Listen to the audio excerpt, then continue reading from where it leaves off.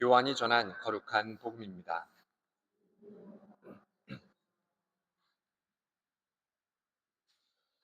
그때 요한은 예수님께서 자기 쪽으로 오시는 것을 보고 말하였다.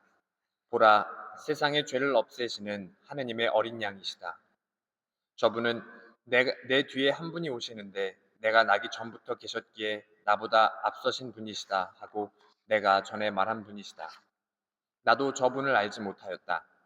내가 와서 물로 세례를 준 것은 저분께서 이스라엘에 알려지게 하려는 것이었다. 또한 요한은 또 증언하였다.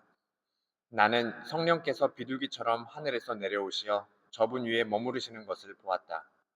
나도 저분을 알지 못하였다. 그러나 물로 세례를 주라고 나를 보내신 그분께서 나에게 일러주셨다.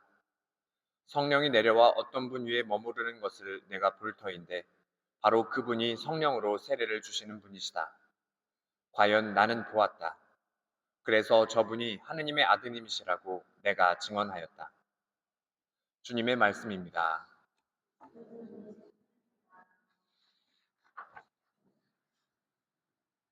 참 예수님, 오늘 복음에서 이제 그리고 있는 장면은 요한이 예수님을 이렇게 증언하는 그러한 장면입니다. 그런데 이게 사실 요한의 뭐 본래 소명이죠. 지난주에도 그렇고 그 전주에도 우리가 이렇게 복음에서 본 것처럼 요한은 예수님의 그 앞길을 닦는 다른 복음의 다른 곳에서 이야기하는 것처럼 그분의 광야에서 외친 이의 소리인 것처럼 그분의 길을 곧게 준비하고 미리 알리는 그러한 역할을 하게 됩니다. 그래서 오늘 복음에서도 이렇게 요한이 예수님을 알리는 그런 역할을 이렇게 보여주고 있어요. 근데 여기에서 주목해 볼 부분이 있습니다. 요한이 그 예수님을 증언하면서 이 표현을 두 번이나 사용을 해요. 나도 저분을 알지 못하였다 하는 표현을 두 번이나 사용을 하게 됩니다. 이게 사실 요한을 생각을 해보면 가족 관계잖아요. 예수님이랑 어떻게 보면 왜냐하면 마리아와 엘리사벳이 이게 친척 관계였기 때문에 쉽게 말하면 그냥 예수님의 사촌, 뭐 오촌, 육촌 그 정도의 관계였을 거예요. 근데 그래서 마리아가 엘리사벳을 방문했을 때 태중에 뛰놀았던 그 아기가 바로 요한이죠. 그런 의미에서 보면 요한은 분명히 예수님을 누구보다도 잘 알고 있는 그러한 사람이지 않았을까 싶어요. 근데 그랬던 이 요한이 예수님을 증언하면서 나도 저분을 알지 못하였다 하고 이렇게 이야기를 합니다.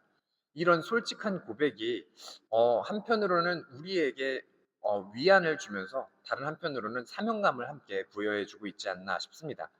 이렇게 예수님과 누구보다도 가깝다고 생각했던 이런 사람조차도 부분적으로만 예수님을 아는 그런 상태에서 시작을 했다는 사실이 첫 번째로 우리에게 위안으로 다가옵니다. 그런데 그냥 요즘 뭐 시쳇말로 표현을 하면 아니 뭐 잘 알지도 못하면서 그렇게 이렇게 "이런 일을 해?" 이렇게 물어볼 수도 있을 것 같아요. 그 당시에 사람들도 마찬가지였을 수도 있습니다. 그런데 오히려 그러한 면이 오늘날을 살아가고 있는 그리스도인들에게 전해주는 메시지가 더 강력하게 다가오는 것 같아요.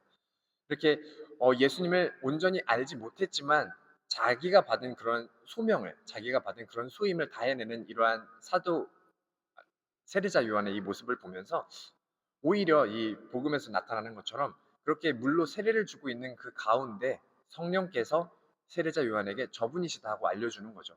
나도 잘 모르지만 하느님께서 나에게 주신 그런 소명을 다할 때 그분을 더 잘 알게 해주는 그런 은총을 부여받는다는 사실을 우리가 그리스도인으로서 다시 한번 생각해 볼 필요가 있지 않을까 싶습니다. 이런 소명이라는 관점에서 오늘 제 1독서와 2독서도 함께 바라보고 싶습니다. 제 1독서는 이사야서의 말씀인데 하느님께서 이사야 예언자를 통해서 이스라엘을 어, 모든 민족들의 빛으로 뽑겠다 하고 그렇게 선포하시는 그러한 장면이에요. 근데 그 당시의 정세를 보면 이스라엘은 주변 국가에 비해서 굉장히 보잘것없는 작은 민족 중에 하나였습니다. 그런데 하느님께서 부르시자, 하느님께서 뽑으시자 그들은 모든 민족들의 빛으로 거듭나게 되는 거죠. 그리고 제 이독서를 바라보면 사도 바오로가 코린토인들에게 보내는 그 편지의 시작 부분을 전해주고 있어요.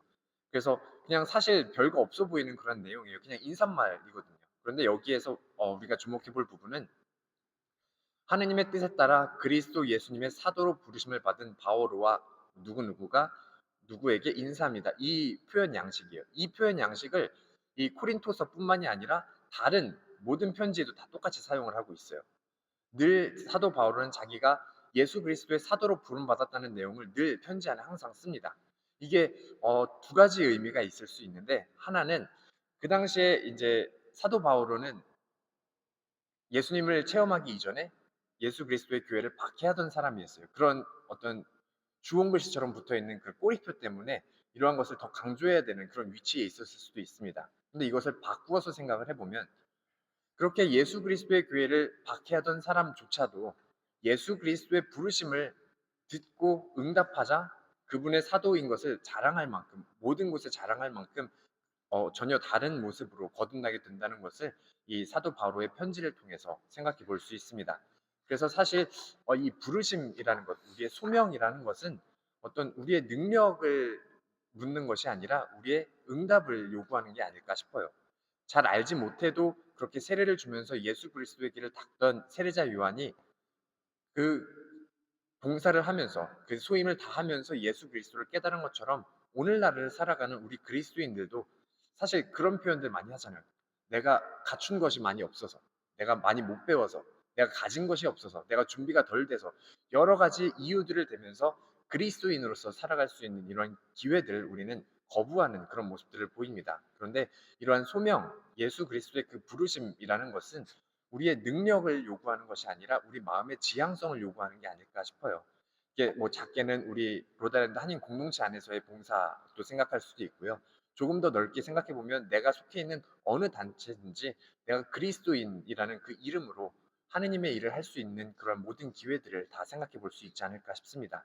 그러한 기회가 왔을 때 내가 덜 갖춰져서, 내가 준비가 덜 돼서라는 말보다는 내가 준비가 덜 되었지만 그럼에도 불구하고 그분의 부르심이 있기 때문에 내가 그분의 부르심을 따르고 행했을 때 나에게 주어지는 은총을 한 번 더 생각해 볼 수 있는 그런 한 주가 되었으면 좋겠습니다. 그러기 위해서는 그분의 부르심을 어, 생각해 볼 수 있는, 그분의 부르심을 내가 파악할 수 있는, 내가 그분의 부르심을 깨달을 수 있는 그러한 분별력도 함께 요청을 해야 될 것 같고요. 또 한 가지는 그러한 부르심을 내가 깨달았을 때 응답할 수 있는 용기도 함께 청할 수 있었으면 좋겠습니다. 그래서 이번 한 주간 그분의 부르심을 느낄 수 있는 분별력과 그분의 부르심을 따를 수 있는 용기 함께 청해 볼 수 있었으면 좋겠습니다. 잠시 묵상하시겠습니다.